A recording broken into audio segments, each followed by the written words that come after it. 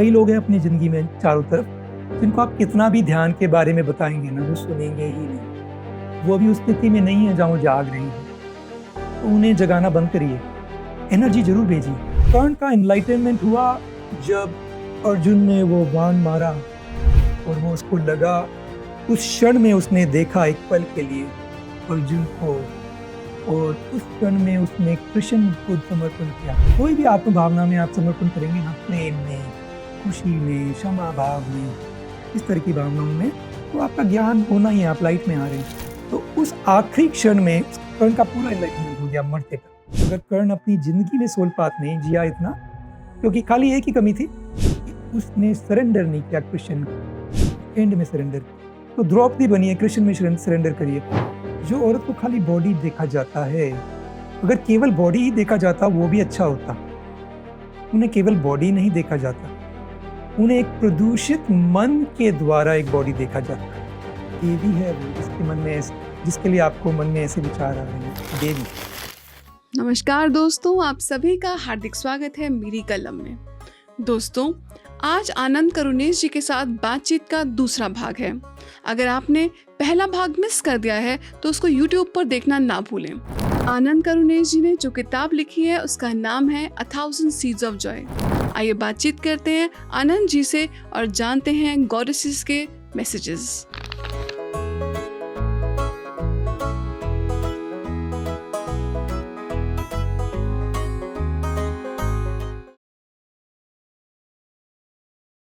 Sir, Draupadi के लिए इस बुक में ऐसा भी लिखा है कि वो कर्ण के प्रति भी आकर्षित थी और उनको वो भी एक अच्छे कैंडिडेट लग रहे थे कि हाँ, ये भी मेरे पति हो सकते थे। लेकिन उन्होंने कर्ण को स्वयं अपने स्वयंवर में पार्टिसिपेट करने से रोका। तो ये क्या था सर? यही कुछ बातें हैं जो जब अपन पढ़ते हैं गीता, भगवत गीता, इस तरह की महाभारत, तो ये समझ नहीं आती। और हमारे कई रीडर्स ने बोला है कि ये जो Mahabharata, the feminine wisdom of Mahabharata, जब वो पढ़ते हैं तो उन्हें ये समझ में आने लगती है ये बातें। तो क्या हुआ उस दिन जब उन्होंने उन्हें स्वयंवर में आने से रोक लिया? उस क्षण के पहले जब करण आ रहे थे, तो उनका दिल इतना अट्रैक्शन में था करण के लिए। करण में वो सब कुछ था, कर्ण में जो 5 पांडवों में है उससे भी ज़्यादा था। तो अट्रैक्शन होना तो नेचुरल है। बहुत खुश थी और फिर कृष्ण भगवान का मैसेज आया और वो उनकी आदत थी, जो कृष्ण भगवान ने मैसेज दिया बोल देना। तो वो उन्होंने कनेक्ट किया, वो मैसेज आया, उन्होंने बोल दिया। फिर उन्होंने महाभारत में लिखा हुआ है एक्चुअली 13वें साल में, ये महाभारत शास्त्र में भी है। 13वें साल में उन्होंने पांचों पांडवों से कन्फेशन किया। कुछ इस तरह से, मैं एग्जैक्ट वर्ड्स नहीं बोल रहा हूं, मगर कुछ इस तरह से कि मेरा सच्चा प्यार तो कर्ण था। ये है शास्त्र में लिखा हुआ है, पांचों पांडवों को बोला उन्होंने। तो ये जो सच है इसके बारे में थाउजेंड सीड्स ऑफ जॉय में पूरा चैप्टर है। और इस चैप्टर में हम देखते हैं कि कर्ण के द्वारा हम देखते हैं कि जो सोल पाथ होते हैं ना, आत्मा की यात्रा, उसमें क्वांटम फिजिक्स भी चलती है, रैंडमनेस होती है। ये पूरा डिसाइडेड नहीं है कि जो होना है वो तो होएगा ही, ऐसा नहीं। फ्री विल, आपकी फ्री विल होती है, आप अपनी आजादी से डिसीजन लेते हैं और उससे आपके नए नए आत्मा के रास्ते बनते हैं। इसको आप कैसे समझेंगे? क्योंकि डिटर्मिनिज्म भी है, रैंडमनेस भी है। आप सोचिए जैसे आप एक हाईवे पे जा रहे हैं, हाईवे में कोई एग्जिट नहीं है, कोई भी एग्जिट नहीं है 5 मील तक, 5 किलोमीटर तक। जहां एग्जिट नहीं है वो है डिटर्मिनिज्म। आपने हाईवे चुन लिया है, अब वहीं पे जाना पड़ेगा। वो ही रास्ता है जो आपकी घटनाएं होंगी अब जिंदगी में। आपने किसी के चोरी कर ली, मर्डर कर दिया, कुछ किया, तो शायद जेल होगी, जो भी होगा वो रास्ता निश्चित है, वो होगा आपके साथ। मगर एग्जिट भी आती है ना, आप एग्जिट भी ले सकते हैं। ठीक है, जहां एग्जिट आती है वो हो गया क्वांटम फिजिक्स, फ्री विल आ गई वहां पे। तो थोड़े टाइम चलेगा, डिटर्मिनिज्म, एग्जिट आ गई। तो कर्ण की जिंदगी में जिस दिन द्रौपदी का चीरहरण हो रहा था, उस दिन उनको एक मौका दिया गया था। ये किताब में है। द्रौपदी उस दिन उठी थी, उठते ही उनको ऐसा एहसास हुआ था कि आज एक बहुत बड़ा क्षण हो सकता है, जिसमें किसी का ज्ञान हो जाएगा। ऐसा उन्हें महसूस हुआ। उस दिन जब उनका चीरहरण हो रहा था, उस दिन कर्ण को ये याद रखना था, अरे मैंने तो इससे कितना प्यार किया था। मैं अपने अहम में क्यों हूँ? जब दुर्योधन और दुशासन उसकी बेइज्जती कर रहे थे, दुशासन, तब उसको आगे आना था। तब उसको बोलना था, रुक जा दुर्योधन। जैसे ही वो ऐसा बोलता, फाइटर था वो, सबको वो मार सकता था। अगर कौरव उस पे तीर चलाते तो कर्ण में इतनी शक्ति थी। अगर वो बीच में आ जाता तो दुर्योधन भी चिल्लाता उसके ऊपर, उसे बोलता, मैं जो भी मैंने तुझे राजपाट दिया है मैं सब वापस ले रहा हूँ। उसी वक्त वापस ले लेता। और जब वो वापस लेता तो कर्ण के जो पहले 3 चक्र हैं, जिसमें थोड़ी-थोड़ी प्रॉब्लम्स थी, ठीक है? पहले चक्र में उसकी माँ ने ही उसको नहीं रखा। वो बच्चे में वो थोड़ी फीलिंग आ जाती है ना रूट चक्रा में।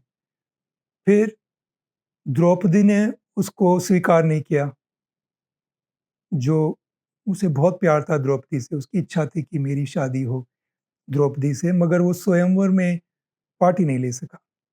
तो वो दूसरे चक्र में प्रॉब्लम आ गई। तीसरे चक्र में जो इच्छाएं होती हैं, राजपाट हो, वो सब वो चला जाता। तीनों चक्र में अचानक खालीपन आता, मगर क्योंकि वो समर्पण में होता, द्रौपदी को बचाता, लक्ष्मी माँ को बचाता, उस क्षण में महादेवी की एनर्जी उसके अंदर आती, उसके तीनों चक्र खुल जाते, एनलाइटनमेंट हो जाता। ये किताब में है। उस दिन उसका ज्ञान होना था। ऐसी वो खुशी में आ जाता, इतनी ब्लिस, इतने आनंद में आ जाता उस क्षण में कि वो मुस्कुराता और बोलता, ले लो भाई दुर्योधन, जो तुम्हें लेना है ले लो। उसे ये मालूम हो जाता कि 5 पांडव उसके भाई हैं। ये उसकी अलग सोल पाथ है। अगर उसने ऐसा किया होता, तो लक्ष्मी माँ दिखा रही थी कि सबके भगवानों के भी, सबके सोल पाथ नए-नए चलते रहते हैं। आपका डाइवोर्स हो रहा है और आप घृणा से करते हैं, बहुत लड़ाई से करते हैं, तो एक सोल पाथ जा रहा है। आपका डाइवोर्स हो रहा है और आप एक उदारता से, खुशी से कर देते हैं, ले लो भाई तुम्हें जो लेना है, मुझे अकेला छोड़ दो। ये नहीं कि बाउंड्रीज़ बना लो, मगर बहुत ज़्यादा फाइटिंग नहीं करनी है, प्यार से अलग होना है। प्यार से अलग हो जाएँ तो हो सकता है आपका अगला रिश्ता बहुत प्यार वाला आए, लॉ ऑफ अट्रैक्शन चालू हो जाए। तो हम हर जो बड़े-बड़े डिसीज़न होते हैं ना, जहाँ पर डाइवोर्स हो रहा है, बीमारी हो गई है, कोई मर रहा है, किसी ने किसी को जॉब से फायर कर दिया, किसी ने धोखा दे दिया, कोई बिज़नेस में लॉस हो गया। जहाँ-जहाँ हमारे भावनाएँ जागती हैं, उनमें हम क्या करते हैं? क्या क्षमा भाव में आते हैं या गुस्से में ही रहते हैं? क्या प्यार से माफ़ कर देते हैं? क्या हम उस भावना को पकड़े रहते हैं सालों-सालों तक? इसने मेरे साथ ऐसा किया था। और ये लेडीज़ में बहुत होता है कि फीलिंग्स, इमोशंस पकड़े रहती हैं कई बार। किसी ने कुछ कह दिया, आप पकड़े हुए हैं वो 3 महीने, 4 महीने। तो ये पकड़ना नहीं है, डिसॉल्व करना है, शरीर में आना है, साँसें लेनी हैं, आत्म भावनाएँ जगानी हैं। और यही अगर कर्ण ने किया होता, तो ज्ञान हो जाता और फिर उसे मिल जाता जो वो ढूँढ रहा था। द्रौपदी कहती 5 पांडवों से वो होने के बाद कि अब 500 से तो शादी हो ही गई, विवाह हो गया है। अब मेरी इच्छा है मैं कर्ण से विवाह करूँ। और फिर 5 पांडव समझ जाते कि उनका सच्चा प्यार कर्ण था और फिर उसके जो शारीरिक रिश्ते वो कर्ण से ही रहते और उन दोनों की कहानी बनती जैसे राम-सीता की बनी है। कर्ण और द्रौपदी का नाम होता दुनिया में। जब युद्ध होता तो कर्ण बैठा होता वहाँ पर, जहाँ पर जो फाइटिंग चल रही थी, अर्जुन की जगह कर्ण बैठा होता और उसका वार्तालाप चल रहा होता कृष्ण भगवान से। और उसके पहले 3 चक्री खुले थे ना, तो जैसे-जैसे वो वार्तालाप होता, उसका हृदय खुलता, फिर 5वाँ चक्र खुलता, फिर तीसरी आँख खुलती और गीता एक कहानी होती कर्ण के पूरे एनलाइटनमेंट की, जहाँ की अर्जुन लास्ट तक, एंड तक भी वो मान नहीं पाया क्या बोल रहे हैं कृष्ण भगवान। उसको समझ में नहीं आया, या मतलब ये कहानी होती। और युद्ध इसमें लिखा है 11 दिन चलता, 18 दिन नहीं चलता। ये एक सोल पाथ दिखाया लक्ष्मी माँ ने, इसलिए कि हमारे कई सोल पाथ हैं, फ्री विल है। हम जब भी माफ करेंगे, जब भी हम खुशी में आएंगे, जब भी हम प्यार प्रेम को अट्रैक्ट करेंगे, ऐसी एनर्जीज फैलाएंगे अपने चारों तरफ, उसी तरह की एनर्जीज, वही खुशियाँ, वही प्रेम, वही संसार हमारा बनता जाएगा। तो अपने भावनाओं से निकलिए, अहम से निकलिए। ये है इस कहानी का पूरा मतलब। जी, सर ये बड़ा इंटरेस्टिंग था, लेकिन एक बात मन में आ रही है कि जैसे आप कह रहे हैं कि पांडव भी प्यार करते थे द्रौपदी से और बहुत प्यार करते थे। पाँचों पांडव ऐसा बोला जाता है कि इक्वली प्यार करते थे द्रौपदी से। और मैंने ये जो द्रौपदी ने कन्फेस किया कि देखिए ये करण मेरा he is the love of my life. तो मतलब कोई हस्बैंड कैसे टॉलरेट कर सकता है ना? हमारे यहाँ तो हस्बैंड का मतलब है you live and you die and that's it together. पांडवों की एनर्जी बहुत अलग थी। वो अपने पहले जन्म में थे। हुँ। कुंती माँ उनसे उनको लाई थी देवों से, सूर्यदेव, वायुदेव इनसे आए थे, ठीक है? और वो अपनी यात्रा शुरू करने आए थे। पांडव हमारे आस-पास ही कहीं होंगे अभी, क्योंकि वो आए हैं कलयुग में, गिरते-गिरते, ठीक है? कर्ण का आखिरी जन्म था, ये बताया लक्ष्मी माँ ने। तो उनका रोल्स तब डिफरेंट थे और सब पांडवों की और भी पत्नियाँ थीं। ऐसा नहीं है कि खाली द्रौपदी ही थी, अर्जुन की भी और वाइफ्स थी और पत्नियाँ थीं। तो तब मैट्रियार्कल ज़माना था, मातृसत्तात्मक ज़माना। तब ऐसा नहीं होता था ज़रूरी कि एक हस्बैंड के एक ही वाइफ होती है, 2 भी हो सकती है। मगर तब ऐसा भी था कि वाइफ के भी 2 हस्बैंड हो सकते हैं। नहीं तो ये मानते ही नहीं पांडव। जब कुंती ने कहा जो तुम लाए हो बीच में बाँट लो, अर्जुन ने जब ऐसा सुना, तो वो उसमें ऐसा विचार ही नहीं आता कि इसका ये मतलब है। वो इसीलिए आया कि तब होता था ऐसे। नॉर्मल था। मातृसत्तात्मक समाज में ऐसा होता था कुछ एरिया में। तो और इंडिया काफ़ी मातृसत्तात्मक शुरू से रहा है।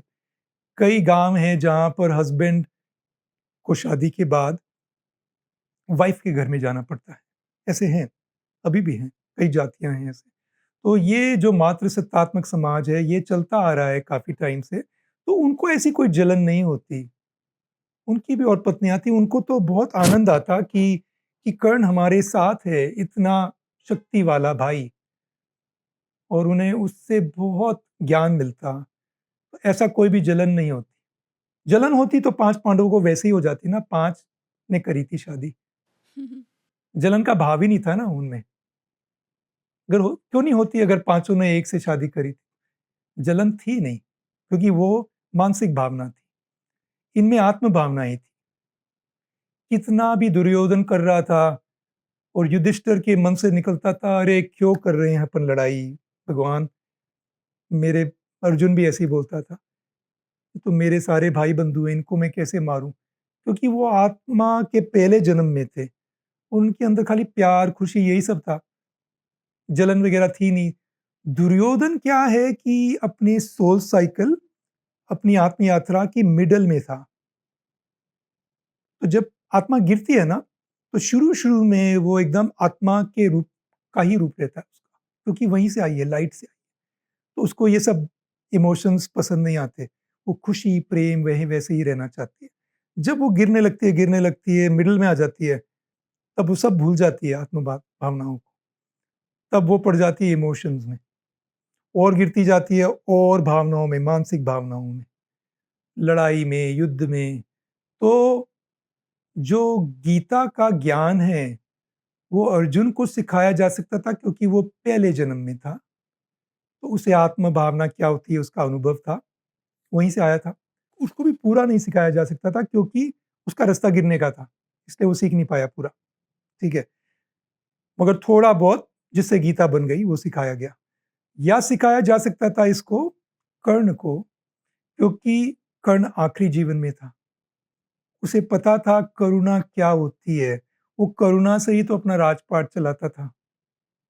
करुणा से ही तो लास्ट में मरने के टाइम भी अपने उसने अपने कुंदन निकाले, सब कुछ दे दिया। मरने के टाइम भी मतलब वो उसका जो करुणा का भाव था बहुत, बहुत ही तेज था। मगर दुर्योधन को कभी नहीं सिखा सकते थे गीता, वो सुनता ही नहीं। वो अपनी मिडल में था सोल साइकिल के, आवाज़ ही नहीं पहुँचती। कई लोग हैं अपनी ज़िंदगी में चारों तरफ, जिनको आप कितना भी ध्यान के बारे में बताएँगे ना, वो सुनेंगे ही नहीं। वो अभी उस स्थिति में नहीं है जहाँ वो जाग रहे हैं, तो उन्हें जगाना बंद करिए। एनर्जी ज़रूर भेजिए, साँस लीजिए, उनके हायर सेल्फ को देखिए, पूर्ण आत्मा को देखिए, उनको प्यार भेजिए, उनको गुस्सा मत भेजिए। अगर डोनाल्ड ट्रंप जैसे व्यक्ति आपको पसंद नहीं हैं, तो साँस लीजिए, देखिए बहुत सारी लाइट डोनाल्ड ट्रंप में जा रही है। अगर सब ऐसा करेंगे तो डोनाल्ड ट्रंप चेंज हो जाएगा ना। हम घृणा करते हैं, हम पॉलिटिशियन से घृणा करने लगते हैं। ये पॉलिटिशियन पसंद नहीं, वो पसंद नहीं। जो पसंद नहीं उसको लाइट भेजो, ताकि वो बदलने लगे।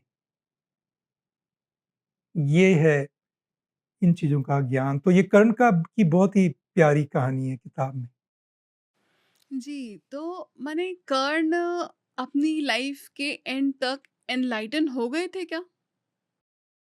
कर्ण का एनलाइटनमेंट हुआ जब अर्जुन ने वो बाण मारा और वो उसको लगा, उस क्षण में उसने देखा एक पल के लिए अर्जुन को, और उस क्षण में उसने कृष्ण पे समर्पण किया, कृष्ण भगवान। ज़िंदगी भर नहीं किया, ज़िंदगी भर बोला कि मेरे को दुर्योधन ने राजपाट दिया है, मैं लॉयल हूँ। क्योंकि उसको लॉयल्टी से ज़्यादा प्यार था, वो भी एक बहुत बड़ी बात है वैसे। इसके करने से उसके कर्म नहीं बंधे, क्योंकि उसने गुस्से में समर्पण नहीं किया, उसने एक अच्छी जो आत्म भावना है लॉयल्टी, उसमें उसने समर्पण किया। कोई भी आत्म भावना में आप समर्पण करेंगे ना, प्रेम में, खुशी में, क्षमा भाव में, इस तरह की भावनाओं में, तो आपका ज्ञान होना ही है, आप लाइट में आ रहे हैं। तो उस आखिरी क्षण में उसका पूरा ज्ञान हो गया, मरते-मरते। तो कर्ण का पूरा एनलाइटनमेंट हो गया मरते टाइम। कर्ण का एनलाइटनमेंट हो गया और द्रौपदी? और द्रौपदी के 3 चक्र खुले थे और धीरे-धीरे द्रौपदी का ऐसा नहीं हुआ कि पूरा एनलाइटनमेंट हुआ। द्रौपदी भी आ गई हैं अपने साथ, आत्मा गिर रही है, आ जाती हैं। कुछ आत्माएँ अपने साथ हैं पांडवों की, हो सकती हैं कहीं।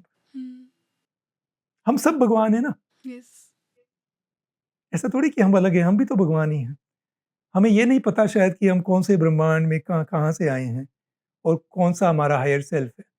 मगर अब टाइम आ गया एक-दूसरे को देव और देवी के जैसे देखना, हमेशा देखना। कोई भी आया हो आपके सामने, भिखारी आया हो, वॉचमैन आया हो, कोई भी आया हो, डिलिवरी पर्सन आया हो, प्यार से देखो, अरे इसमें भी भगवान है। उस दृष्टि से आप बहुत बदलाव ला सकते हो। एक दृष्टि अगर आप में थोड़ी-सी इनर अंदर की शक्ति है, उस दृष्टि से उसका जीवन बदलने लगेगा। कई बार बोलते हैं ना, कई बार राम से कोई मिला, एक बार बस, और उसका जीवन बदल गया।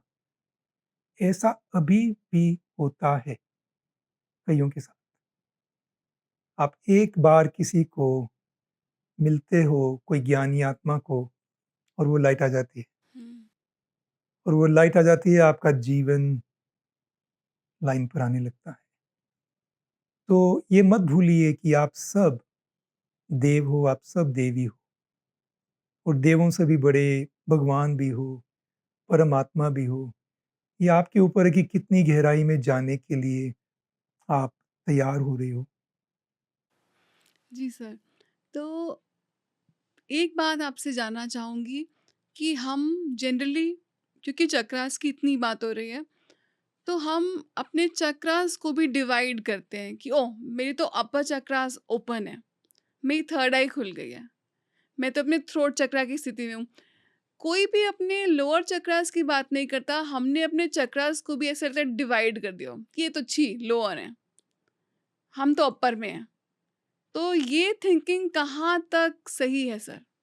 तो वो जो वज्रा लव की बात करी थी ना, वज्रा प्यार, प्रेम, जो राधा कृष्ण में था, उनका सातों चक्रों से प्यार था, हुँ। ऑल 7 चक्रास।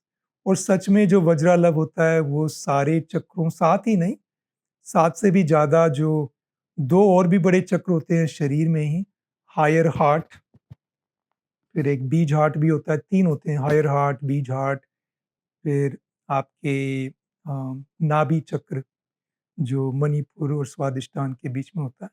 आप 9 भी बोल मतलब इस तरह से चक्र ये है कि 7 गिने गए हैं, मगर चक्र है जहाँ सारी आपकी नर्व एंडिंग नर्व्स। सब कुछ मिलने लगती हैं हुँ। और एक वोर्टेक्स बन जाता है जहाँ पर आत्मा की एनर्जी ज़्यादा आने लगती है शरीर में, वो है चक्र।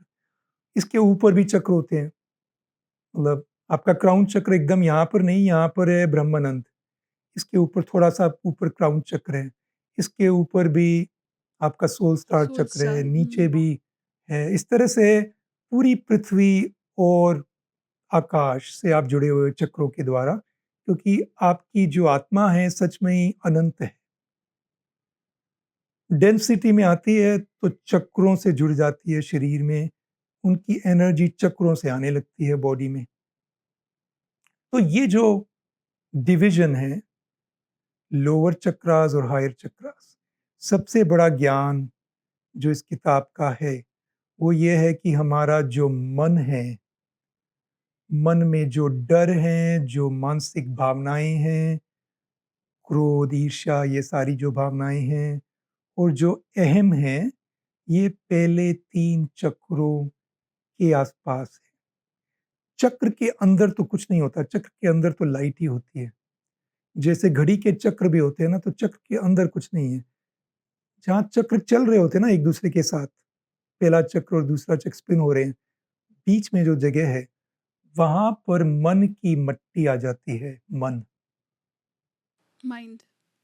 इमोशंस, डर, सारे क्रोध, द्वेष, घृणा, सारी ये जो गलत भावनाएँ हैं, लालच, ये सब आ जाता है इन चक्रों के बीच में। और फिर इन सब ये सब क्यों आता है? क्योंकि अपने प्यूबर्टी के बाद बड़े हो रहे होते हैं, तो अपन में थोड़ा-सा हीनपन आने लगता है, अपने आप को कम समझने लगते हैं और इमोशंस एक सर्वाइवल, ये जानवरों में भी होते हैं। ये सर्वाइवल इंस्टिंक्ट है जिससे लेके हम, नहीं तुम्हें खाना ही नहीं मिलेगा, लालच भी होना ज़रूरी है अगर आप जानवर हो, नहीं तो आप बैठे रहोगे भूखे और कुछ मिलेगा ही नहीं। तो वो सब सर्वाइवल है, ये मन सारा सर्वाइवल है। अहम भी खाली सर्वाइवल ही है।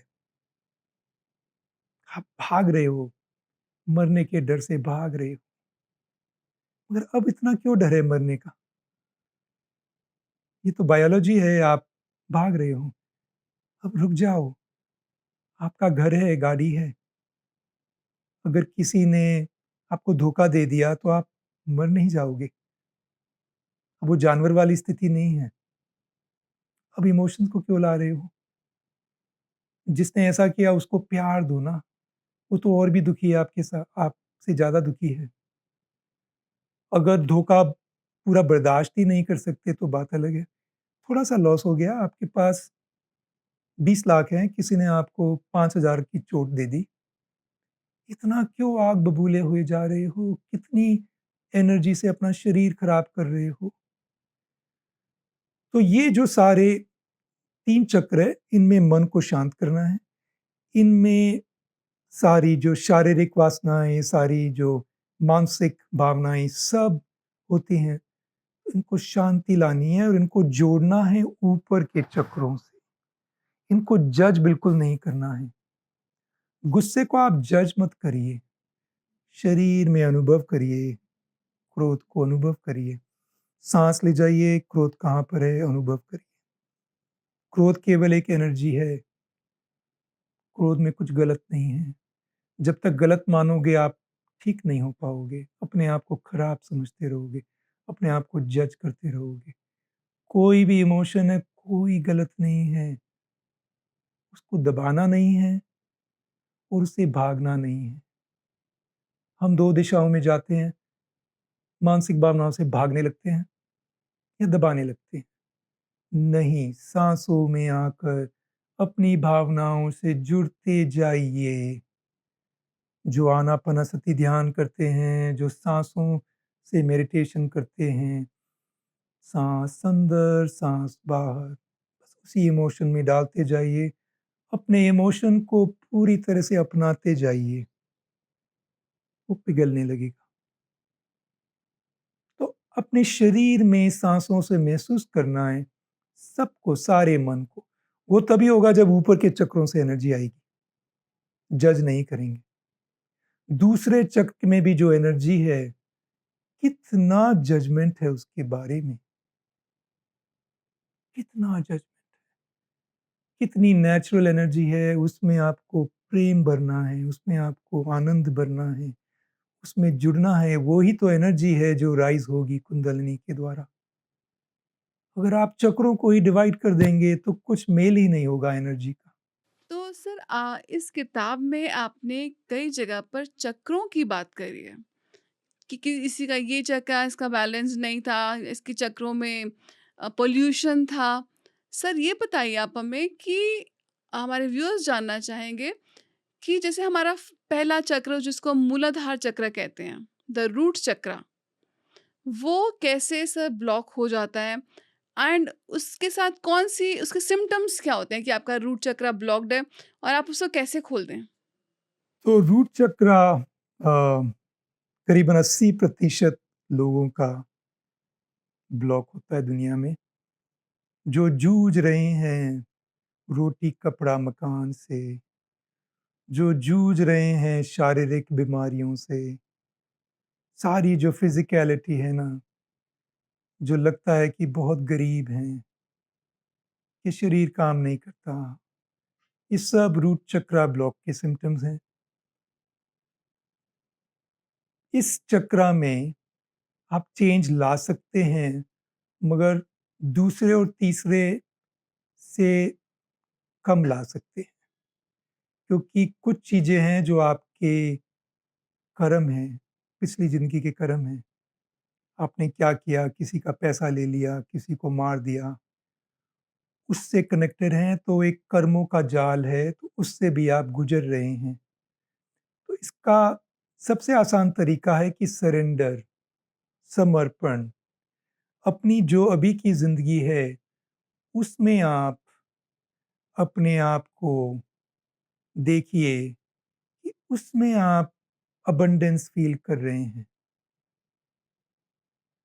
उसमें ही शांति है, सुख है, क्योंकि जितना आप भागेंगे एक नई गाड़ी के पीछे, एक बड़े घर के पीछे, एक बहुत पावरफुल शरीर बनाना है, बॉडी बिल्ड करनी है, जितना भागते जाएँगे, वो इच्छा कम नहीं होगी। तो हाँ, मिनिमम सबको चाहिए, मगर ध्यान में ज़रूर आएँ और ध्यान में आते-आते थोड़ा-सा एक्सेप्टेंस, थोड़ा-सा समर्पण कि जैसी मेरी ज़िंदगी है, उसमें मैं भरपूरता देखनी शुरू करूँ। उसमें बहुत भरपूरता है। आज का जो गरीब भी है, वो भी नेपोलियन से ज़्यादा सुख में है, कई तरह से। उसके पास भी एक छत है कई बार, एकदम गरीब नहीं, इंडिया में बहुत गरीबी है, तो कुछ ऐसे हैं जिनके छत भी नहीं है, ठीक है? मगर आप मान लो middle class, lower middle class में हो, आपके पास वो सब कुछ है, जो बड़े-बड़े महाराजाओं के पास नहीं होता था। ठीक है, फ्रीडम है लाइफ में, मगर आप कंपेयर कर रहे हो। आपके जीवन में आपके जो दोस्त हैं या दुनिया है, उनसे आप कंपैरिज़न में लगे हो, तो उसको शांत करो, ध्यान में आओ, समर्पण करो। मगर ये ज़रूर है कि पहले चक्र की यात्रा थोड़ी-सी ज़्यादा कठिन होती है। इसको पूरा तो चेंज करना मुश्किल होता है, बहुत ही ध्यान करेंगे तो हो सकता है, फ्री विल से कुछ भी हो सकता है। मगर इससे ज़्यादा स्वतंत्रता है दूसरे चक्र में और दूसरे से ज़्यादा तीसरे में, ऐसे चलता है। और सर जब हम दूसरे चक्र स्वादिष्ट स्थान पे आते हैं जो कि वाटर एलिमेंट से एसोसिएटेड है, हमारे इमोशन से एसोसिएटेड है, ये सर कैसे ब्लॉक होता है और इसको हम कैसे ओपन कर सकते हैं? तो दूसरे चक्र में क्या होता है कि आपका मन चालू हो जाता है। पहले चक्र में आपकी जो शारीरिक भूख है, शारीरिक बीमारियाँ हैं, फिज़िकल सेंसेशंस, सनसनाहट, ये सब चलता है। दूसरे चक्र में जैसे आपने कोई डेज़र्ट, कोई मिठाई खाई, तो पहले चक्र में आपको उसका जो सेंसेशन महसूस होगा, मीठापन महसूस होगा पहले चक्र से। दूसरे चक्र में आपको इमोशन आएगा, अरे! मुझे तो मीठा बिल्कुल पसंद नहीं है। फिर मीठी चाय बना दी। अरे! मुझे तो क्या गज़ब की लगती है मिठाई। ये जो है ना, ये जो आप एक्सप्रेशन कर रहे हैं, ये आ गया है दूसरे चक्र। मीठापन तो है, मगर क्या आप मीठेपन को चाहते हैं या आप मीठेपन को नहीं चाहते? ऐसे अपनी जो सारी जो होते हैं ना, लाइक्स, डिसलाइक्स, क्या चाहते हैं, क्या नहीं चाहते हैं, कैसा जीवन बनाना है, वो सारी भावनाएँ जो आती रहती हैं, वो भावनाएँ, इमोशंस, वो दूसरे चक्र। इसमें पानी और आग दोनों होते हैं। आग सब चक्रों में होती है। ये भी योग में करेक्शन किया है लक्ष्मी माता ने। आग खाली तीसरे चक्र में नहीं होती। अग्नि की एनर्जी सब चक्रों में है। पहले जो नीचे के चक्र हैं, इनमें उसका काम है निर्माण करना। जो बीच के चक्र हैं, उसमें उसका काम है चलाना, प्रिज़र्वेशन। और जो ऊपर के चक्र हैं, उसमें उसका अग्नि का काम है डिसोल्यूशन, खत्म करना। अलग-अलग क्रिएटिविटी, प्रिजर्वेशन, डिस्ट्रक्शन। तो अग्नि सारे चक्रों में है, मगर धरती पहले चक्र में है, धरती का एलिमेंट। ये जल का दूसरे चक्र में और वायु का तीसरे चक्र में। तो ये जो जल का है ना, ये इमोशन से जुड़ा हुआ है, सारे इमोशंस। तो इसमें ज़्यादा फ्रीडम है। अगर आपको गुस्सा आ रहा है, तो क्या आप उसको माफ़ कर सकते हैं? साँसों में आ जाइए बस। एक डिसिप्लिन बना लीजिए, कभी भी गुस्सा आए तो पहले एक साँस लेनी है। फिर देखिए क्या मैं माफ़ कर सकता हूँ? क्योंकि अगर मैं करूँगा, तो करण के जैसे शायद एक नया रास्ता खुल जाएगा, नया सोल पाथ, और शायद मेरी ज़िंदगी बदल जाएगी। मैं पूरी ज़िंदगी गुस्सा करते आ रहा हूँ, थोड़ा ट्राई करते हैं नई चीज़। मगर उसमें आप शरीर की हेल्प ले सकते हैं ना? साँसों में देखते जाइए गुस्से को, शायद बदलने लगेगा। अगर आप एक बहुत ही गरीब परिवार में जन्मे हैं, वहाँ से करोड़पति, अरबपति बनना थोड़ा मुश्किल है। उस तरह का स्कूल ही नहीं जाएँगे, उस तरह के विचार ही नहीं आएँगे। लॉ ऑफ लार्ज नंबर्स है, कैसे जाएँगे? इतना आगे कैसे बढ़ेंगे? मगर दूसरे चक्र में बहुत फ्रीडम है, क्योंकि साँसें हैं आपके पास। अरबों लोगों के पास साँसें हैं, सब जा सकते हैं साँसों में। इसमें कोई ज़ीरो सम गेम नहीं है कि वो गरीब बन गया अरबपति, तो ये नहीं बनेगा। वो हो सकता है थोड़ा ज़ीरो सम हो, कि सब तो नहीं बन सकते। मगर दूसरे चक्र में तो आत्मा है ना, साँसों से प्यार लाना है, साँसों से आनंद लाना है, साँसों से करुणा भाव, क्षमा भाव, ये तो अनंत हैं, इनकी कोई सीमा नहीं है। इनको लाते जाइए, सबके दूसरे चक्र बदल जाएँगे, और फिर वो बदलने लगे, पूरी दुनिया बदलने लगी ऐसे। तो पहला चक्र भी बहुत ही तीव्रता से बदलेगा सबका, क्योंकि समृद्धि सब जगह आ जाएगी फिर। ये सब प्यार में आ गए हैं, तो एक नया समाज का निर्माण हो जाएगा। तो दूसरे में बहुत एनर्जी डालनी है और यहाँ पर भावनाओं को पिघलाना है, आत्म भावनाओं से। मानसिक भावनाओं को आत्म भावनाओं से पिघलाना है। तो सर आपने बताया कि हमारा दूसरा चक्र हमारे वाटर एलिमेंट और हमारे इमोशंस के साथ एसोसिएटेड है। क्या हमारी सेक्सुअलिटी भी हमारे सेकंड चक्र में ही लोकेटेड होती है? बिकॉज़ आपके सारे ऑर्गन्स इसी एरिया के अराउंड होते हैं। सो वो भी क्या ब्लॉक करता है सेकंड चक्र को? बिल्कुल, जैसे मैं बोल रहा था ना कि अग्नि सारे चक्रों में होती है। जो नीचे के चक्र हैं, उसमें अग्नि का काम होता है निर्माण करना, बीच में प्रिज़र्वेशन उसको बना के रखना और हायर चक्रास जो होते हैं, उसमें डिसोल्यूशन उसका नाश कर देना, ईगो का नाश कर देना। तो जो दूसरा चक्र है, उसमें दोनों हैं। सारे चक्रों में अग्नि है, पहले चक्र में भी अग्नि है और धरती है। अगर धरती के एकदम बीच में जाएँगे, तो एक तरह से आग है वहाँ पर, एक प्रकाश की ज्वालामुखी है, एकदम जो बीच में कोर है ना, वो जल रहा है, आग है। दूसरे चक्र में, जो कि धरती के समुंदर जैसे हैं और हमारे शरीर में दूसरे चक्र में इमोशंस हैं, तो वो जल का तत्व है और वहाँ अग्नि का तत्व है, वो है सेक्सुअलिटी। तो दोनों होते हैं वहाँ पे। तो सेक्सुअलिटी और सेंसुअलिटी सेम है क्या सर? तो यही जो बहुत बड़ा ज्ञान है, ऐसे सवाल हैं जो कई मास्टर्स इनका जवाब देने की कोशिश कर रहे हैं, काफ़ी टाइम से। कुछ धर्म हैं, इस एनर्जी के अगेंस्ट हो जाते हैं, एकदम पवित्रता में चले जाते हैं। कुछ हैं जैसे जैसे ओशो डिसाइपल्स हैं, वो इसका बहुत ओपनली बात करते हैं, तो अलग-अलग तरीके हैं इसको जानने का। जो लक्ष्मी जी का ज्ञान है इसके बारे में, वो ये है कि सेक्सुअलिटी को सेंसुअलिटी में बदलना है। उसका क्या मतलब हुआ?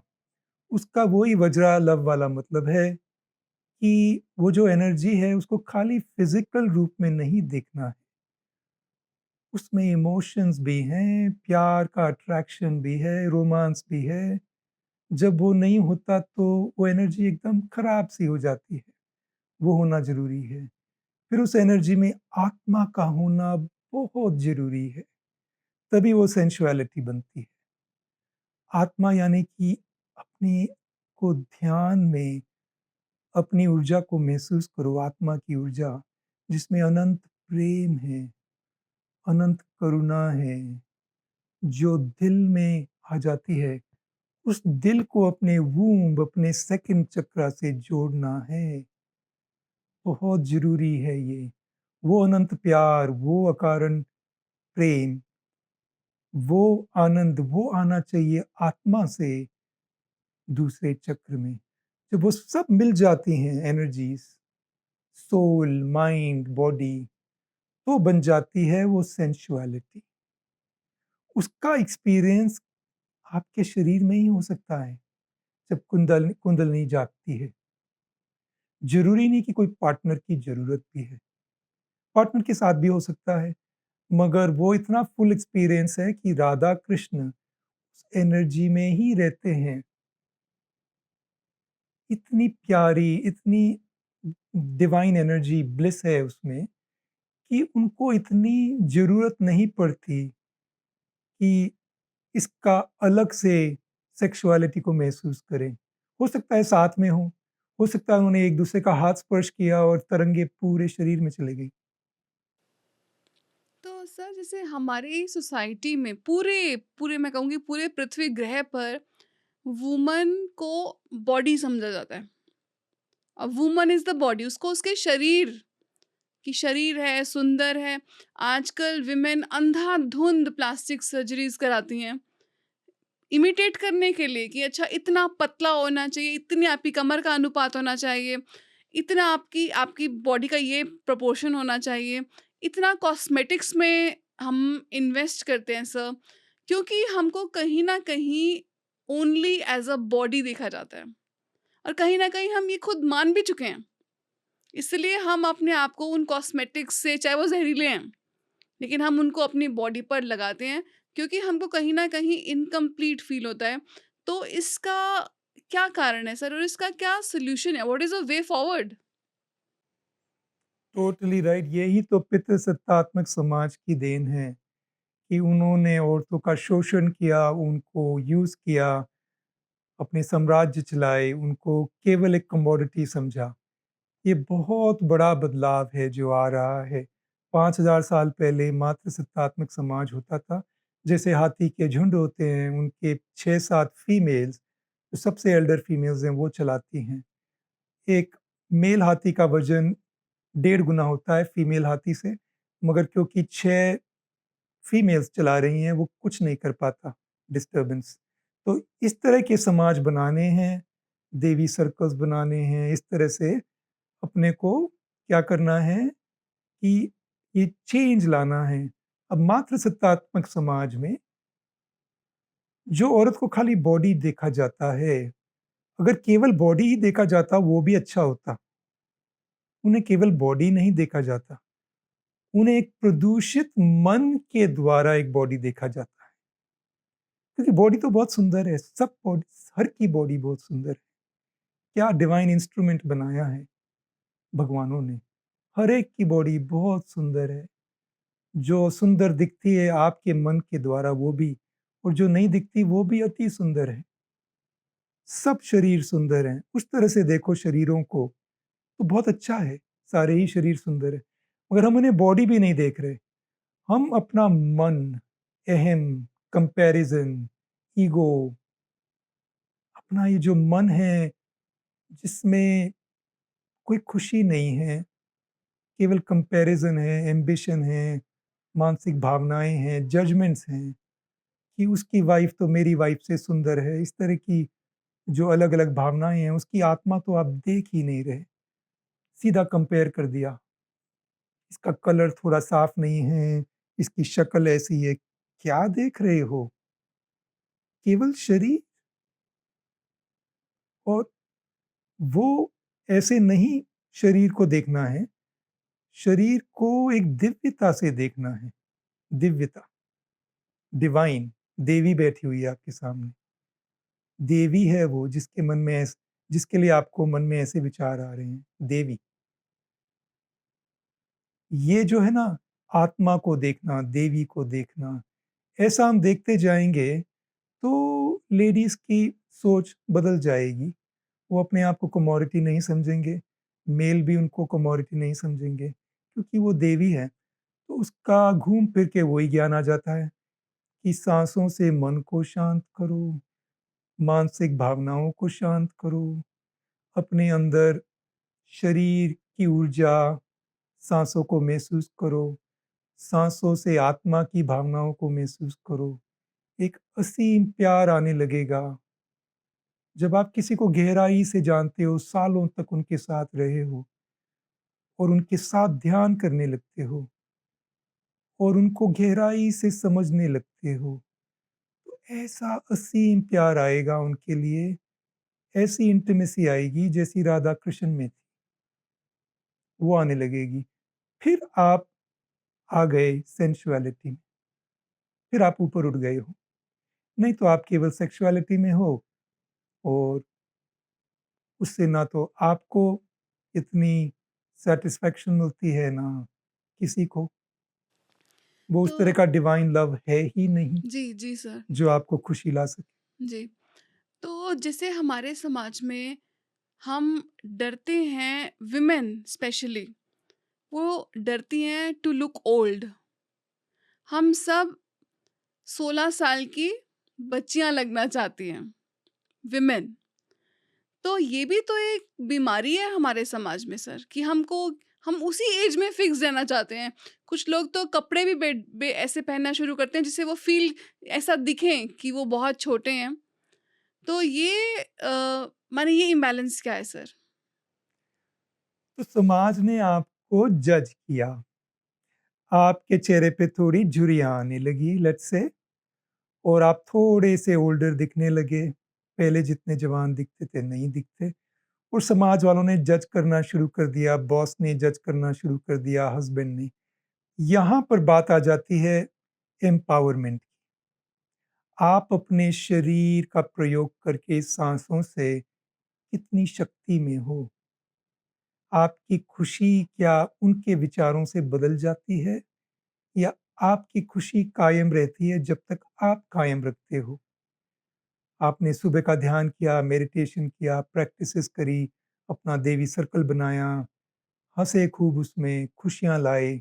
इस तरह से आप जीने लगो, जहाँ की सारा आपका जीवन एक खाली एक पति के ऊपर निर्भर नहीं है। आपके पास अपना शरीर है, उसको आप ध्यान में लाओ, साँसों के द्वारा एनर्जीज़ महसूस करो, भगवानों से जुड़ो। हम कोई धर्म की बात नहीं कर रहे। धर्म मतलब कि अंधाधुंध आपने कर लिया।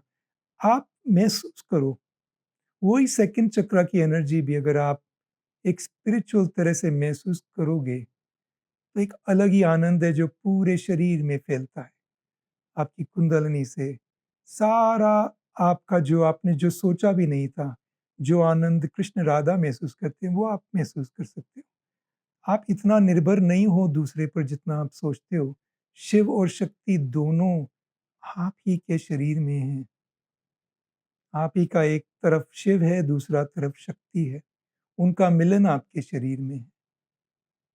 तो ये सब जो ज्ञान है, गहरा ज्ञान, इसमें आप जाएँगे ना, दिव्य नारित्व का ज्ञान, तो आप कमोडिटी वगैरह ये जो विचार है सोसाइटी के, आपके चेहरे पे तेज होगा, आपकी चलन में ऐसा प्रभाव होगा, आपकी बोली में इतनी शक्ति होगी, लोग आपको देखेंगे और आपको एक दिव्य नारी, दिव्य नारित्व के रूप में देखने लगेंगे। तो ये दिव्य है पितृसत्तात्मक समाज में, जी। इसको हम बदल सकते हैं नारियाँ मिलके। हुँ।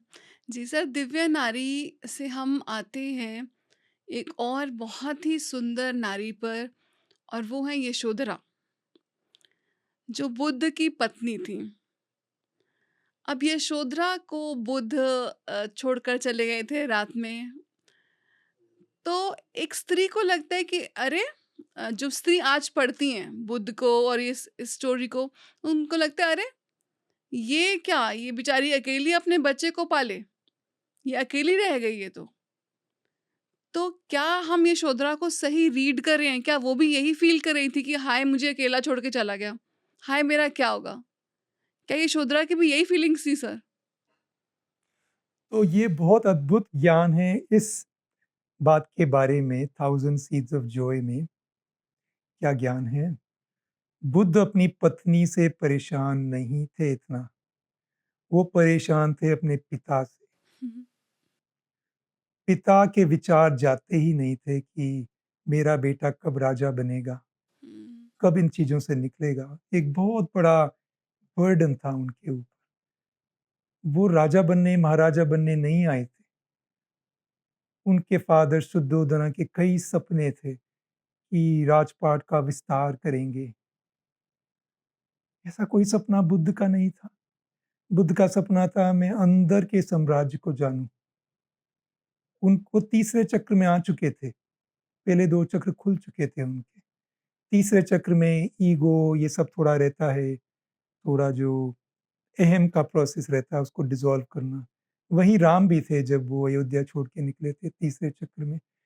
तो बुद्ध तीसरे चक्र में थे, उन्होंने वो सब कुछ उन्होंने महसूस कर लिया था, क्योंकि शुद्धोधन को बड़ा डर था हुँ, कि बुद्ध तो सन्यासी बन जाएगा। तो उन्होंने उसके लिए काफ़ी लग्ज़रीज़ का अरेंजमेंट शुरू से किया था। बचपन से ही सब सब खुशियाँ थी राजकुमार के पास। वो बोर हो गए खुशियों से, और फिर वो अंदर के साम्राज्य को जानना चाहते थे। वो इसलिए छोड़ के गए कि वो राजा जो थे ना पिताजी, उनको वो निकाल नहीं पा रहे थे अपनी ज़िंदगी से। एक ही तरीका था छोड़ देना। यशोधरा तो काफ़ी ज्ञान में थी, उन्हें ये महसूस भी होता था। हालाँकि वो भी थोड़े से पैट्रियार्कल जो माइंडसेट था राजा का, उसके कारण बोलते हैं, लक्ष्मी जी बोलती हैं उनकी जो बातें होती थी, उसमें हमेशा ऐसा नहीं होता था जो आजकल कपल्स में होती है। उसमें वो भी उनको राजकुमार जैसे देखती थी, थोड़ा, कि भई वो थोड़े हायर हैं ऐसा, और वो हर चीज़ उनकी बिलीव नहीं करती थी जो वो बोलते थे। तो ऐसा नहीं था कि बहुत ज़्यादा हार्मनी थी। जिस दिन उन्होंने महल छोड़ा, बस 2 महीने तक यशोधरा थोड़े उदासी में थी, 2 महीने। उसके बाद उनकी ज़िंदगी में क्या आनंद आ गया। उनको वही महसूस होने लगा जो बुद्ध को महसूस हो रहा था, कि ये सब में कुछ नहीं है, ये राजपाट इसमें। उन्होंने अपने भी रानी के वस्त्र उतार दिए, उन्होंने भिक्षुणी के वस्त्र पहनने शुरू कर दिए। उन्होंने भी एक अपनी छोटी-सी झोपड़ी बना ली महल के सामने, वो वहीं रहने लगी। उन दोनों में टेलीपैथी थी, उन दोनों में एक-दूसरे से बातें होती थी। कई मैसेजेस चिट्ठियों से भी भेजे जाते थे। वो जो उनका वो था ना, उनके साथ जो उनका असिस्टेंट था बुद्ध का, वो भी ले जाता था कई मैसेजेस चिट्ठियों से। उनमें हर तरह के मैसेजेस वो भेजते थे, कुछ प्यार के मैसेजेस भी भेजते थे। उनका जो रास्ता था बुद्ध यशोधरा का, वो था अंदर जाना। राजा के होने के कारण वो अंदर नहीं जा पा रहे थे। तो जब उन्होंने राजपाट ही छोड़ दिया, तो अब खाली ध्यान करना है, वो उधर महल पे झोपड़ी में ध्यान कर रही है, वो बाहर ध्यान कर रहे हैं।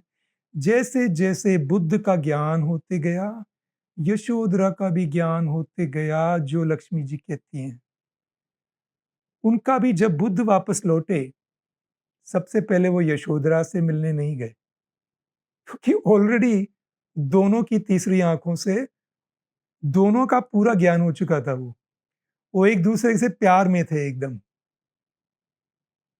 तो वो सबसे पहले जब अपने अपने फादर से मिलने गए ना, उसके पहले वो अंगुलीमाल से मिलने गए, और जब वो फादर से मिलने गए, तो यशोधरा से नहीं मिले, पहले अपने फादर से मिले, और फादर जब रेडी थे तब गए। पिताजी ने कई बार इनवाइट किया, वापस आ जाओ, उसी इच्छा से कि ये सब कुछ छोड़ देगा सन्यास अपना, और ये वापस राजा बनने के लिए वापस आ जाएगा। कई मैसेंजर्स भेजे, सबको रिजेक्ट कर दिया, उनको अंतर्दृष्टि से दिखता था कि ये फिर मेरे को राजा बनाना चाहते हैं। फिर उन्होंने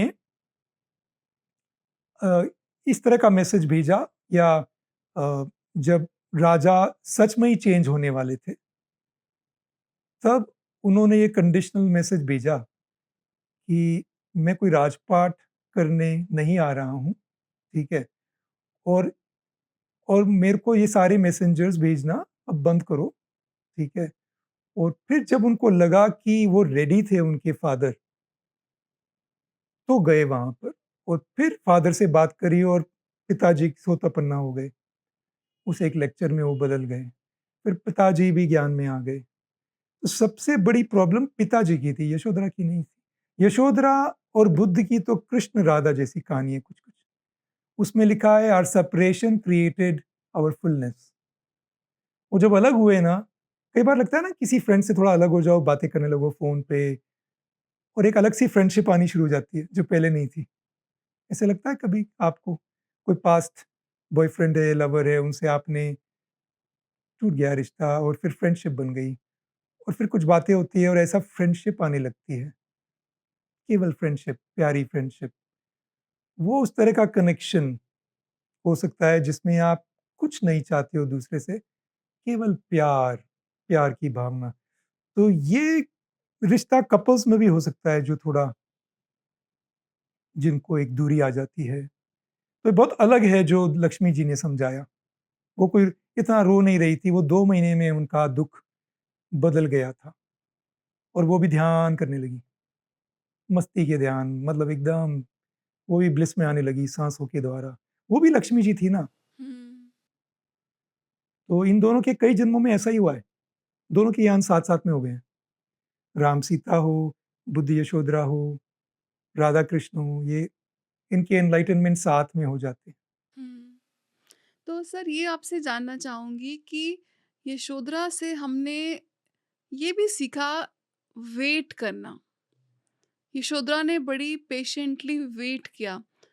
वेट करने की क्या महिमा है सर? ये जो आत्म भावना है ना,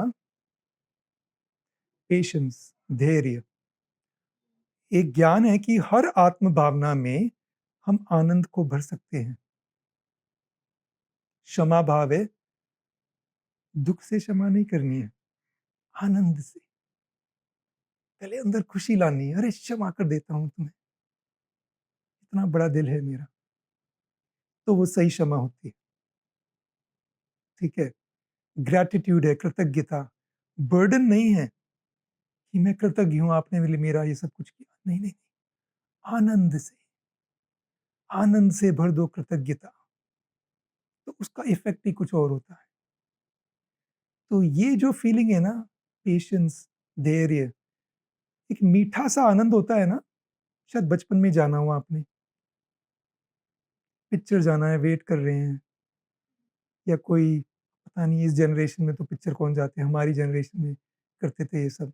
इस जनरेशन में मॉल जाना है, कहीं पे भी जाना है, कुछ भी करना है, वेकेशन आनी है और एक वेट करने में एक वो याद आती है, अरे हाँ, अपन वो जाने वाले हैं वहाँ पे, मगर अभी नहीं जाने का टाइम आया है, अपन जाने वाले हैं 3 दिन में, ठीक है? और उसमें एक अलग सी खुशी आ जाती है, अरे जाने वाले हैं वहाँ पे, ठीक है? वो क्या हुआ, आप वेट कर रहे हो ना हुँ, और आनंद आ रहा है ना, उस तरह का आनंद, जी। क्योंकि हम में सब कुछ है, हम में समृद्धि, आनंद, प्रेम सब अपनी आत्मा में है। ठीक है, जो हमारे साथ होना चाहिए वो अभी थोड़े टाइम के लिए साथ नहीं है, उसके इंतज़ार में ही खुशी लानी है, कई उसके कपल्स प्यार को हैं महसूस सर करना है। जो सेपरेटेड होते हैं माने नॉट इन डिवोर्स्ड मतलब जैसे एक एक पर्सन कहीं पे पोस्टेड है, एक पर्सन कहीं पर है। तो इससे कपल्स में डिस्टेंस आ जाता है, सेपरेशन होती है। तो कई विमेन इसको नहीं ले पाती हैं। उनके लिए यशोधरा का क्या मैसेज होगा? क्योंकि वे केवल अपने मन माइंड में जी रही हैं। अब एक सरस्वती जी का एक उदाहरण है कि मन का साइज़ है आइसबर्ग जितना, जो बर्फ का गोला का आइसबर्ग होता है ना, उतना बड़ा। फिर जो लेक्स हैं आइसबर्ग के चारों तरफ, वो है शरीर।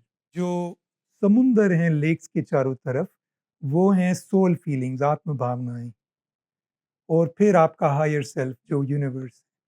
आप एक छोटे से आइसबर्ग में जी रहे हैं, याद आ रही है हस्बैंड की, आपकी कुछ प्रैक्टिसेस करो, कुछ साँसें करो, कुछ ध्यान लाओ शरीर में, ऊर्जा बढ़ाओ, कुछ उस ऊर्जा बढ़ाने से आत्मा से जुड़ोगे।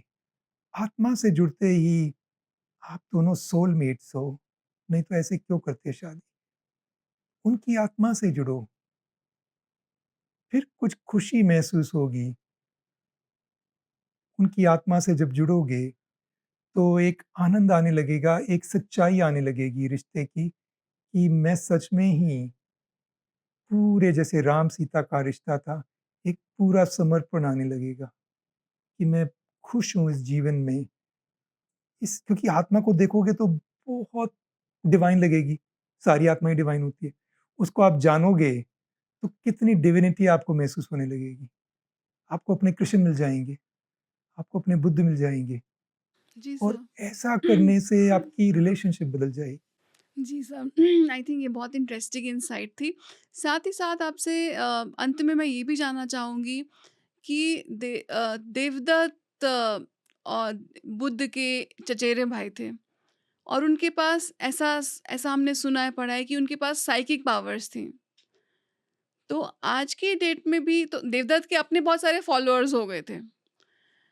आज की डेट में भी हम देखते हैं कि लोग भागे-भागे जाते हैं उन लोगों के पास जिनके पास कोई साइकिक पावर हो, किसी की थर्ड आई खुली हो, किसी को और कुछ गिफ्ट हो, लोग भागे हुए जाते हैं। तो सर क्या ये हमारी स्पिरिचुअल ग्रोथ में हेल्प करेगा क्या? किसी के पास भागना? इसके दोनों रूप हैं। अगर किसी ने आपको जगा दिया, उनकी तीसरी आँख के द्वारा जाग गए आप और उनके कुछ टाइम तक मैसेजेस ले रहे हो, उसका एक जजमेंट है कि हमेशा ये याद रखना कि क्या वो आपको आत्मा की भावनाओं की तरफ ले जा रहे हैं कि नहीं ले जा रहे? क्या वो आप में एक प्यार पैदा कर रहे हैं, अकारण प्यार, एक असीम खुशी, एक करुणा भाव, क्षमा भाव, धैर्य?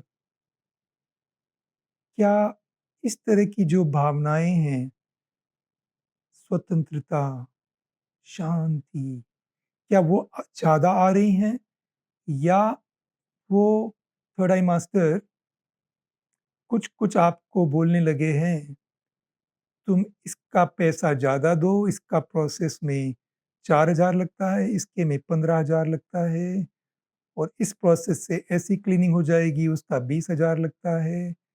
कुछ-कुछ थर्ड आई मास्टर्स नेम, फेम, वेल्थ में जुड़ जाएँगे, जो देवदत्त के साथ हुआ, बहुत नॉर्मल है ये होना।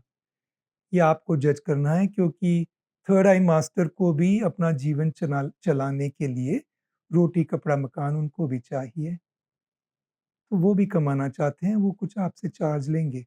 मगर आपको ऐसा लगने लगे कि ये रेकी मास्टर तो 4-4 रेकी बॉल दे रहे हैं हमारे को। एक रेकी बॉल से हमारी तीसरी आँख ठीक होती है, एक से हमारा हार्ट चक्रा, एक का 4,000, दूसरे का 4,000, 16,000 महीने का हो गया, 3 लाख हो गया साल का, और आप दिए जा रहे हो उनको। कुछ प्रॉब्लम आ गई है, क्योंकि इतनी एनर्जी हम ले भी नहीं सकते। बार-बार हर चीज़ का प्रोसेस कराना, उसके पैसे लेना। आपका कप इतना बड़ा है तो उसमें कितना पानी डालेंगे? कप के साइज़ का ही डालेंगे ना। तो ये आपको जज करना है कि क्या थर्ड आई मास्टर सच में ही दिव्य शक्तियों से जुड़े हुए हैं, या वो अपने अहम में आ गए हैं और अपने को गुरु मान चुके हैं और अपनी पावर को बढ़ाना चाहते हैं। प्यार में थोड़ी कमी आ गई है, उनके ऑर्गेनाइज़ेशन में मिसअंडरस्टैंडिंग्स बहुत होती हैं, उनके जो जूनियर लोग हैं उनमें लड़ाई चलती रहती है। इस तरह की चीज़ें आप देखने लगेंगे, तो वो साइन है कि कोई प्रॉब्लम है। अब थर्ड आई एक गिफ्ट होती है, कुछ लोग लाके लेके आते हैं गिफ्ट। कई बढ़िया थर्ड आई मास्टर्स हैं। सबसे बड़ा मिक्स जो रहता है ना, वो रहता है एक गुरु होना चाहिए जो विज़डम में है, ज्ञान में। एक गुरु होना चाहिए जो थर्ड आई मास्टर है। अगर 2 ऐसे गुरु होंगे, तो वो बैलेंस कर देंगे। तो अब ऐसा गुरु ना मिले, तो किताबें पढ़िए। अपने भीतर के गुरु को भी तो जगा सकते हैं सर, वही ध्यान मैंने मार्ग कहा, से। अगर वो गुरु नहीं है, तो अपने आप में वो विज़डम लाइए किताबें पढ़ के। आपके अंदर वो गुरु है, गुरु तत्व है। थाउज़ेंड सीड्स ऑफ जॉय पढ़िए, कितने लोगों को उससे ज्ञान हो जाता है। क्योंकि उसमें सोल फीलिंग्स बहुत हैं। उसमें बार-बार बोला गया है कि ईगो को डिसॉल्व करना है। ईगो को जरा भी, और ऐसे-ऐसे उदाहरण हैं देवदत्त, रावण, इन सब के। तो आपका ज़्यादा ईगो टिक नहीं सकता थाउज़ेंड सीड्स ऑफ जॉय में। तो वो विज़डम आप पढ़ेंगे, फिर थर्ड आई मास्टर के पास जाएँगे, तो आप दोनों की एनर्जी महसूस करके कुछ आपकी पर्सनल जर्नी होगी, जो थर्ड आई मास्टर के द्वारा कुछ आपके एंजल्स हैं, कुछ आपके भगवान हैं, कुछ आपके एंसेस्टर्स हैं, वो चाह रहे थे हेल्प करना, नहीं कर पा रहे, अब उनके थ्रू कर पा रहे हैं। ऐसा हो सकता है, क्योंकि अभी सबका ज्ञान हो रहा है, तो मैं थर्ड आई मास्टर्स के बिल्कुल अगेंस्ट नहीं हूँ। मगर मैं किस चीज़ के अगेंस्ट हूँ, कि थर्ड आई मास्टर्स को भी राम बनना है, रावण नहीं, हुँ। ठीक है? बुद्ध बनना है, देवदत्त नहीं। ये बहुत ज़रूरी है। और द्रौपदी बनना है, और कर्ण नहीं, कर्ण का जो सोल पाथ है वो बनना है, जो अलग से सोल पाथ था। मगर कर्ण अपनी ज़िंदगी में सोल पाथ नहीं जिया इतना, क्योंकि खाली एक ही कमी थी, सब कुछ था अच्छा, राजपाट भी करुणा से चला रहा था। एक कमी रह गई थी कि उसने सरेंडर नहीं किया कृष्ण, एंड में सरेंडर किया। तो द्रौपदी बनिए, कृष्ण में सरेंडर करिए। तो तीसरी आई मास्टर बनिए, बिल्कुल बनिए, मगर अपने अहम को नहीं, नेम, फेम, वेल्थ ये नहीं, ये सब जो है ना पकड़ने वाले थर्ड आई मास्टर्स को, जो रावण को पकड़ते हैं, हुँ। वो नहीं होना चाहिए। सर ये बहुत सुंदर विज़डम थी। आपका हम हृदय से धन्यवाद करते हैं, पर जाते-जाते हम चाहेंगे कि आप हमारे व्यूअर्स के साथ कुछ बुक्स रेकमेंड कीजिए, शेयर कीजिए, जो आपने पढ़ी और जिन्होंने आपके जीवन को एकदम पलट दिया। हाँ, तो थाउज़ेंड सीड्स ऑफ जॉय बहुत प्यारी है लक्ष्मी जी के साथ। फिर अनटोल्ड स्टोरी ऑफ सीता बहुत प्यारी बुक है। फिर एक तीसरी बुक है, उसका नाम पूरा ध्यान में नहीं आ रहा। वो आप अगर देवी सर्कल साइट पे जाएँगे, तो वहाँ पर ये जो है ना, शिव-पार्वती के बीच में जो वार्तालाप है, उसके बारे में है। वो इंग्लिश में है, बहुत प्यारी किताब है। और इस तरह से जो डिवाइन फेमिनिन की किताबें जो आई हैं, एक बहुत प्यारी किताब है, जो मैं आपको बोलूँगा, फिर से नाम याद नहीं आ रहा है इसका, वो है हाँ, रेफ्यूजी ऑफ अ होम। बहुत ही प्यारी किताब है रेफ्यूजी ऑफ अ होम। ये देवी मोहन की किताब है, जो एक रेफ्यूजी थी यूक्रेन में, सॉरी क्या बोल रहा हूँ, क्रोएशिया क्रोएशिया और सर्बिया में। क्रोएशिया, सर्बिया में उनकी कहानी है, कैसे रेफ्यूजी से वो अपना देवी तत्व जाग करके आज एक देवी तत्व जी रही हैं। वो भी एक बहुत ही प्यारी, जो नई तरह की डिवाइन फेमिनिन के ऊपर किताब है। इस तरह की जो एकदम नई-नई तरह की किताबें हैं ना, और और मेरा तो ये रिकमेंडेशन है, मेरी जो टॉप 20 किताबें हैं 2025, वो हैं devisircle.org, उस पे बुक्स सब दिव्य नारित्व पे हैं किताबें। सब कई इंग्लिश में हैं, एक्चुअली सारी इंग्लिश में ही हैं वो किताबें। तो डिवाइन फेमिनिन पे बहुत ज्ञान है, और विज़डम कई तरह की होती है, आप क्या ढूँढ रहे हैं उस पे डिपेंड करता है।